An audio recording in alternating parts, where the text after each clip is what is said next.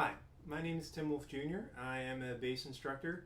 I teach at Lebanon Valley College as well as a private studio in my own home. I am working on the second sonata by Marcello in E minor. Some of my students at my private studio are using it for their upcoming district orchestra auditions at the beginning of next school year, so we're getting a jump start on the piece this summer. I'm using a different edition from what the audition list is called for, so some of my bowings and fingerings might be a little different than what is in the other edition. I think the audition calls for the international edition, and I'm using the Schirmer edition. Slight differences there. But I wanted to talk about some issues with fingering choices and more specifically, getting good, clean shifts.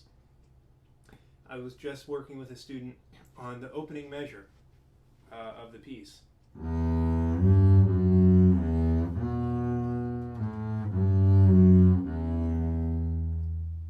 It's a nice little lyrical scale type passage, and the student was having a lot of issues with doing the shift on the D string, and because of the lyrical nature of the piece and the tempo, I think shifting up the D string sounds really nice, and also the international version, which is what is using for the audition, calls for that fingering, so he wants to use that instead of playing it on the G string.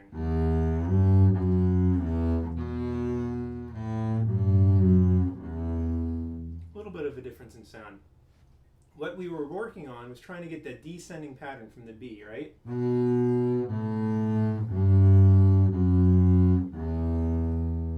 Having a lot of issues just making that shift to the G clean. We were overshooting it a little bit, and some other students like to undershoot their shifts.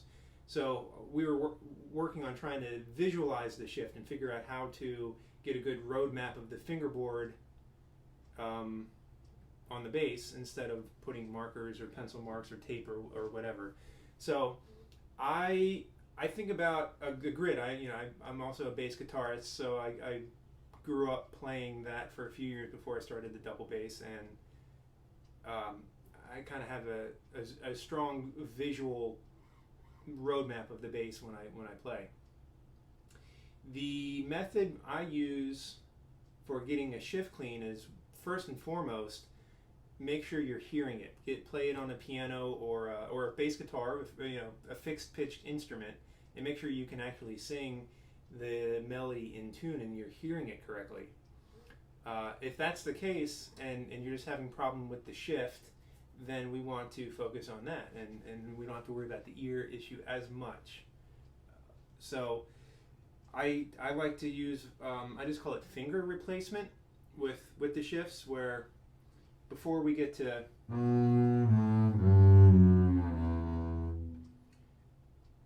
break it down to quarter notes. Now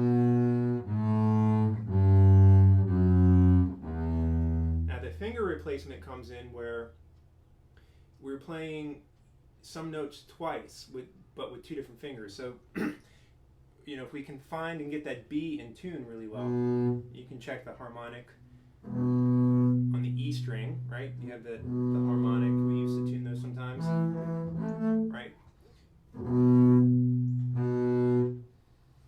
So we play the B fourth finger, and then the A first finger, and we play that same A but with the fourth finger, and then G first finger, and then we play the G fourth finger, and then the F sharp second finger, and then the F sharp fourth finger, and then the E, right? So if I play it straight through without talking.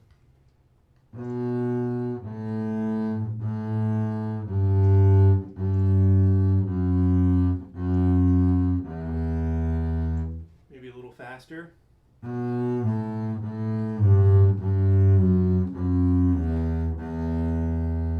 if I'm really confident that I can get that in tune, then I do just the quarter note scale without the finger replacement.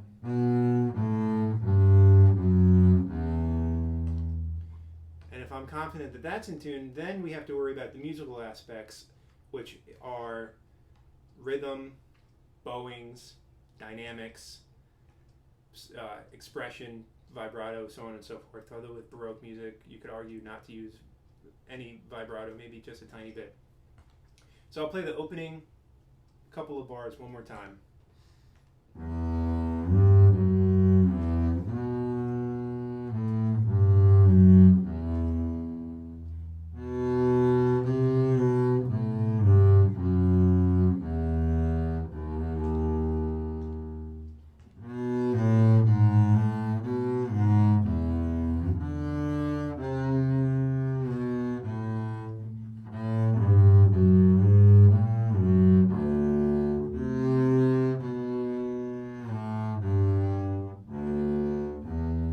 So on and so forth.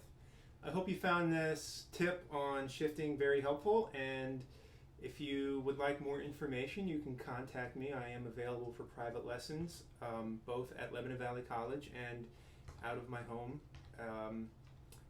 I also offer Skype lessons. You can visit my website, www.timwolfbass.com.